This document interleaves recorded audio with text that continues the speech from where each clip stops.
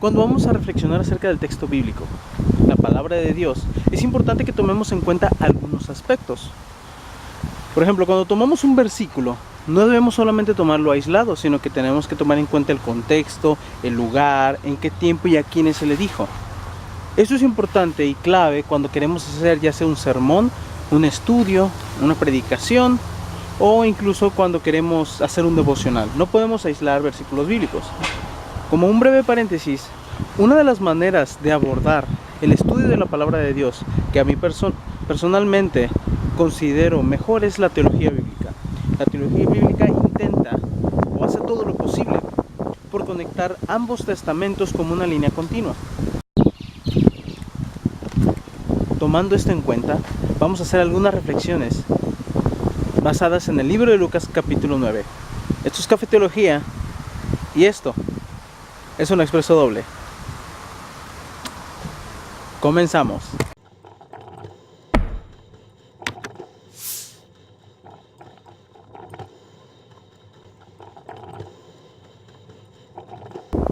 ¿De qué espíritu sois? Así se llama el título de este video. ¿Por qué? En el capítulo número 9 del Evangelio de San Lucas encontramos algunas anécdotas, algunos relatos de lo que sucedió en la vida de Jesús. Si nos basamos en el versículo 28 en adelante, encontramos una de las escenas más maravillosas que pudiera haber en los Evangelios. Esto es el monte de la transfiguración. La palabra de Dios nos dice que Jesús tomó a 3 de sus discípulos, a los que ya conocemos que eran los más allegados a él. Esto es Pedro, Santiago y Juan. Tomándolos, dice la palabra de Dios que se transfiguró y que aparecieron Moisés y Elías para hablar con Jesús y hablar acerca de lo que iba a suceder en Jerusalén. Todos conocemos el relato y que Pedro quería hacer una enramada para que se quedaran. Pero hay una cosa que debemos tomar en cuenta. Cuando bajaron del monte de la transfiguración, sucedió que una multitud se agolpó alrededor de Jesús. Entonces le salió un encuentro un hombre, dice la palabra de Dios en el versículo 37. Un hombre le salió un encuentro y le dijo a Jesús: Maestro, dice, mi hijo está endemoniado. Hay un espíritu que lo toma, lo tira al piso y echa espumarajos. Dice, lo traje a tus discípulos y ellos no han podido hacer nada. Y Jesús da una amonestación muy interesante. Jesús se molesta y le dice: generación incrédula. Generación incrédula y perversa. ¿Hasta cuándo estaré entre ustedes? Jesús sanó al pequeño, ya que sus discípulos no lo pudieron hacer por su falta de fe. Por eso les llamó incrédulos, porque no tenían fe. Hay una cosa que debemos tomar en cuenta. Unos versículos más adelante sucede que los discípulos le dicen al Señor Jesucristo: Maestro, he aquí hay uno que hace milagros en tu nombre y no está con nosotros. ¿Quieres que vayamos a reprenderle? Y Jesús les dice: no, se lo impidan, porque todo aquel que no es contra ustedes es con ustedes, es decir, está a favor de ustedes. Otra anécdota muy interesante. El tercer punto que está conectado con la enseñanza del niño endemoniado es el siguiente. Cuando se iban a ir a Jerusalén, dice la palabra de Dios que iban a pasar por Samaria. Ya hemos visto que samaritanos y judíos no se llevan, eso es muy conocido. Cuando iban a llegar a Samaria, los samaritanos no lo quisieron recibir. Y la Biblia dice que Juan y Santiago le dijeron a Jesús, es decir, recordemos, Juan y Santiago habían subido con Jesús al monte de la transfiguración. Le dijeron al Señor Jesucristo: Maestro, ¿quieres que mandemos que descienda fuego del cielo como hizo Eliseo y los consuma?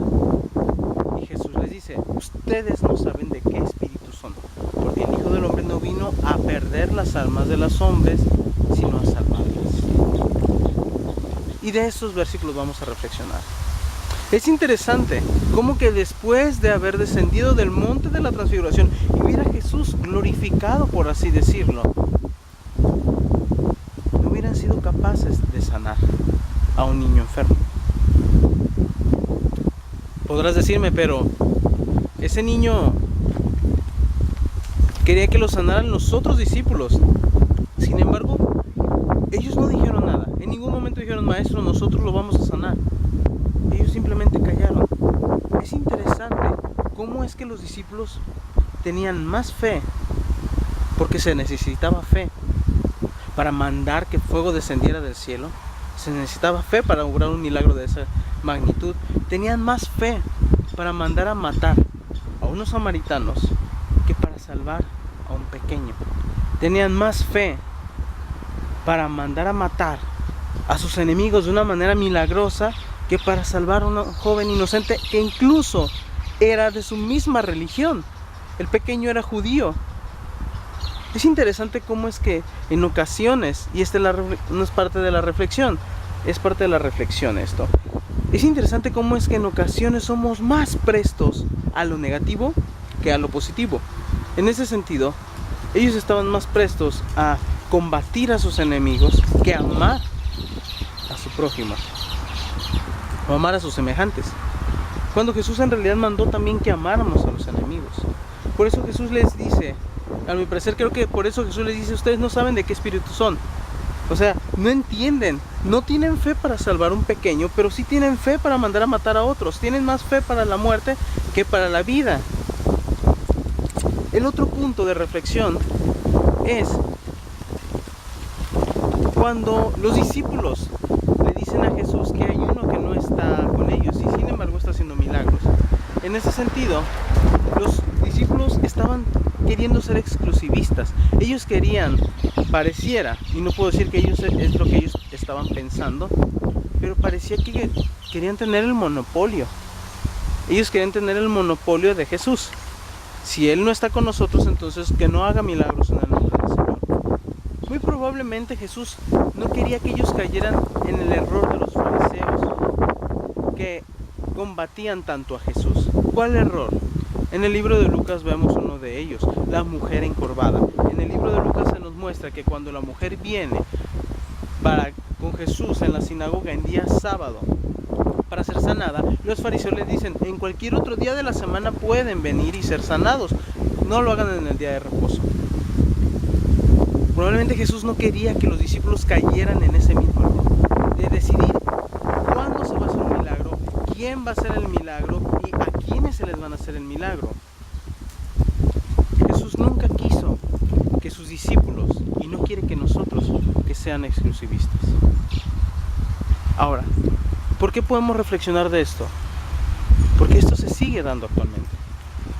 En ocasiones hay personas que creen que solamente ellos son discípulos de Jesús, y si no estás con ellos, simplemente no eres parte del club elite del Maestro.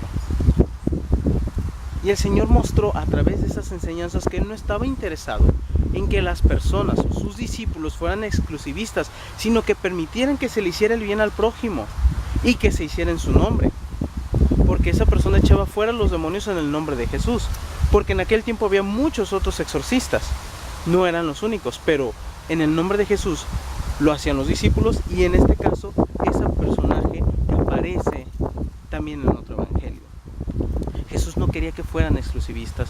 Jesús no quería que tomaran el dominio y el control de los milagros o del bien que se hacía en el nombre de Jesús. El Señor quería que mostráramos amor.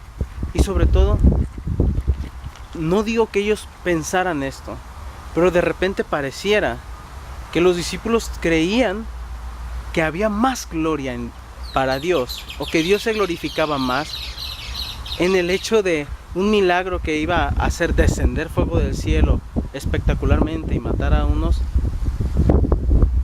que en un milagro que iba a sanar la vida de un pequeño. No digo que eso estaba en la mente de ellos, pero muy probablemente Jesús por eso amonestó de esa manera.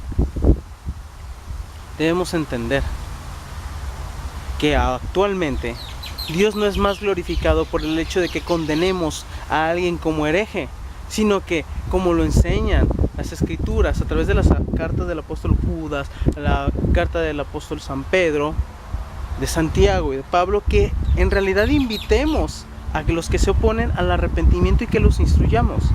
Es lo que nos enseña la palabra de Dios, hablando acerca de aquellos que en realidad no conocen bien la palabra de Dios, pero que de alguna manera pues tienen una fe.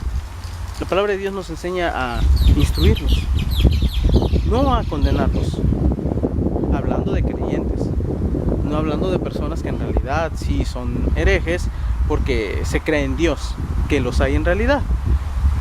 Pero la palabra de Dios nos enseña a que Dios no es más glorificado en condenar a alguien, a un hereje, que nosotros lo condenemos, que si en cambio nosotros buscamos instruirlo. Dios no se glorifica en que seamos exclusivistas, sino que expandamos el reino de Dios como Él lo mandó. La pregunta que te hago y que el Señor nos hace todavía es: ¿de qué espíritu eres? ¿Tú sabes de qué espíritu eres? ¿Eres del espíritu que busca el bien de los demás e incluso se une con aquellos que también aman al Señor aunque no estén en tu grupo?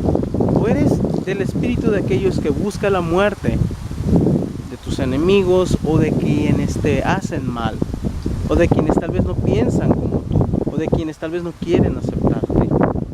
¿De qué espíritu sois? Nos dice el Señor. Esto es Café Teología. Que la gracia del Señor esté con ustedes y que el amor de nuestro Señor Jesucristo los acompañen a donde quiera que vayan. Amén.